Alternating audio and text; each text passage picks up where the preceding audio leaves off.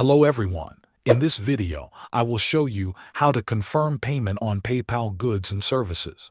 Start by opening the PayPal app on your phone or go to the PayPal website using your browser. Now look for the Activity tab.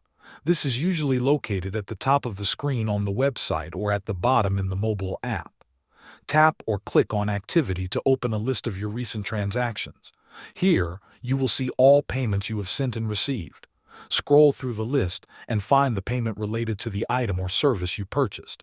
Take your time to make sure you select the correct transaction. You can tap or click on the payment to open more details about it. This will show you information like the seller's name, the amount paid, and the date. Once you have opened the correct transaction, look for the option that says Confirm Receipt. This option is usually visible if the payment was made for goods and services. Tap or click on Confirm Receipt to continue. A confirmation message will appear asking if you have received the item or service. Carefully read the message to make sure everything is correct.